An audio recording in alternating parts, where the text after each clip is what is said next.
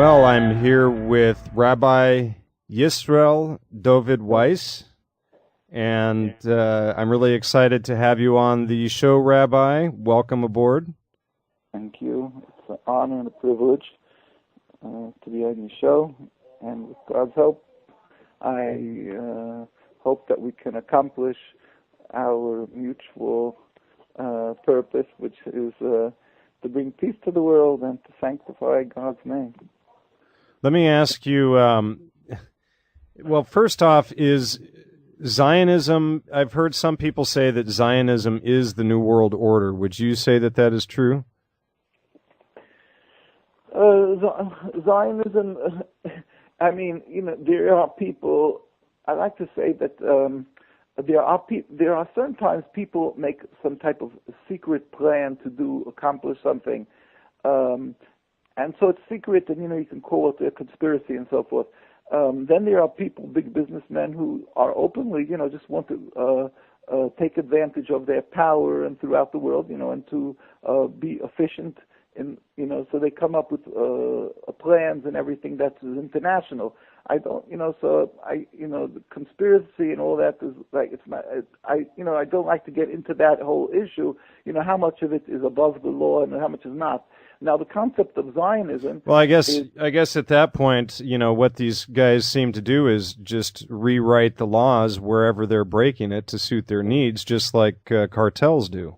Well, exactly. Like this big business. So how much of it is legal? How much of it is immoral? And how much of it is moral? That's a whole subject on and on to itself. But Zionism, the concept of its nationalism, even if it would be not international, just in its place over there, is totally illegitimate.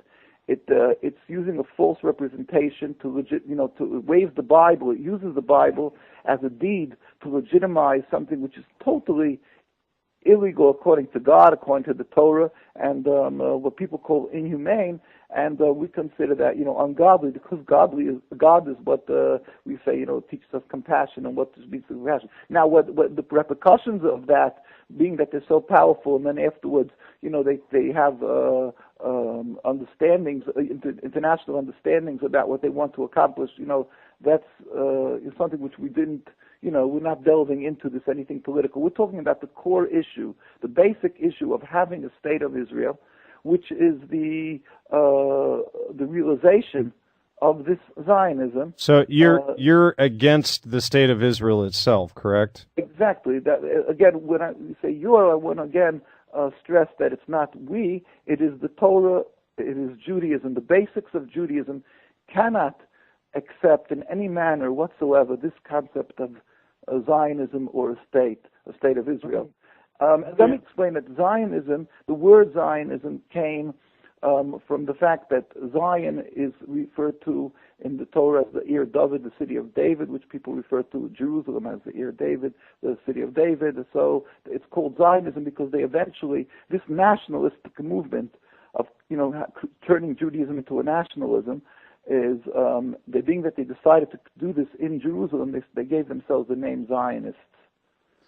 So these Zionists literally kidnapped and held hostage not only the Jewish people, but they usurped the Jewish religion and then applied it to themselves and all of these hideous things that they're doing behind the scenes. And then what I'm getting a picture of here as you're talking, and I've given this a little bit of thought in the past, though, is that what seems to be happening is that the nastiness that these characters create and cause gets blamed on the regular Jewish population. Is that correct? You're very astute. That is 100% correct. Let's just continue. Chaim Weizmann, who was pivotal in having this Balfour Declaration, which was the reason for the creation of the state, wrote in 1938, and it's called the New Judea. I think it's where it's quoted, and I'm reading it from the Jewish Press, also a Zionist paper, on 8 October 1802. I'm quoting Chaim Weizmann. This is 1938. They had a meeting when Jews were starting to be murdered by Hitler. It was the beginning, of the terrible happenings there.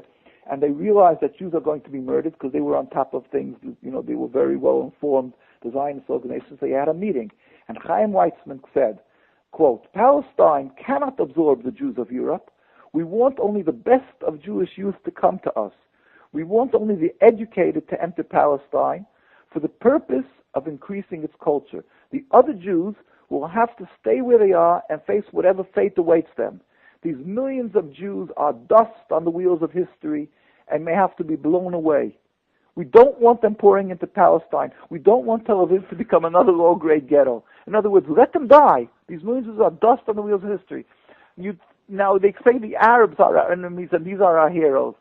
Read their writing. Go behind what the popular, public relations, the PR is, behind what AIPAC has to say. Their aura of that they try to represent. You know what? Since you just brought that up, that was going to be my next question. Tell me about AIPAC and the ADL. What are they all about? Yeah, I would, with God's help. Now, let me just one little more quote, because this top it of this was the first president. Ben Gurion wrote at the same time.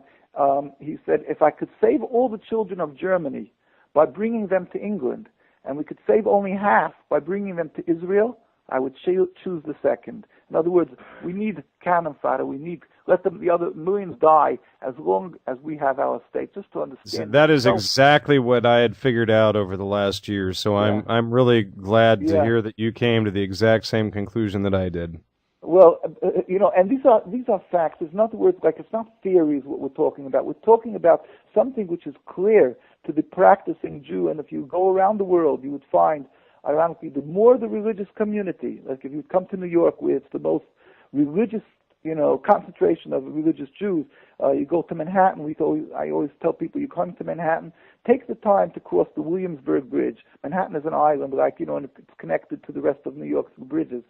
Take the Williamsburg Bridge. You make the first right off the bridge, and you're in the most concentrated religious Jewish area, and you won't find one Israeli flag. It's all anti-Zionist because they're very religious. Now, you're asking how come, you asked me before we get into this AIPAC, because if you asked how come Los Angeles is so smitten with Zionism, and the reason is because it's not the only place, but where there is large, there's a Jewish community, and unfortunately, it's largely non-religious or modern religious or something, so they don't have the fundamentals of Judaism, and they were ensnared and trapped into this Zionist belief, or a lot has to do with this fear-mongering, the fear factor, we call it, that the Zionists constantly play on the minds of the Jews. They remind them of the Holocaust, they say, remember what the Nazis did to us, remember what the Nazis, and in the same breath they'll say, the Arabs wanted to throw us into the sea, and they make a totally false presentation of our existence, of the hundreds of years of the Jews with the Arabs. And not only that, they ignore the quotes that you just read, too, that these people were going to be cannon fodder, right? Right. And so basically they play on the fears of the Jews. We just went through the Holocaust. Most people are children of survivors or relatives who, had from the Holocaust. So we're very fearful, of course, and they play on that fear by saying, even if you don't buy into Zionism, religious concepts or whatever, that they supposedly are representing, they say, but remember, these Arabs hate you. And they count again on the ignorance of the masses that Jews have enjoyed the hospitality of the Muslim countries before, and they weren't forced to. In other words, there was no human rights groups or anything, and Jews were living in the Muslim countries for hundreds of years, enjoying their graciousness, that we were able to thrive and live in all these Arab and Muslim countries, like Yemen, Egypt, Morocco, Tunisia, and in Palestine. So, in all the countries. And today, unfortunately, it's not possible with the human rights groups in the United Nations because of this mistrust.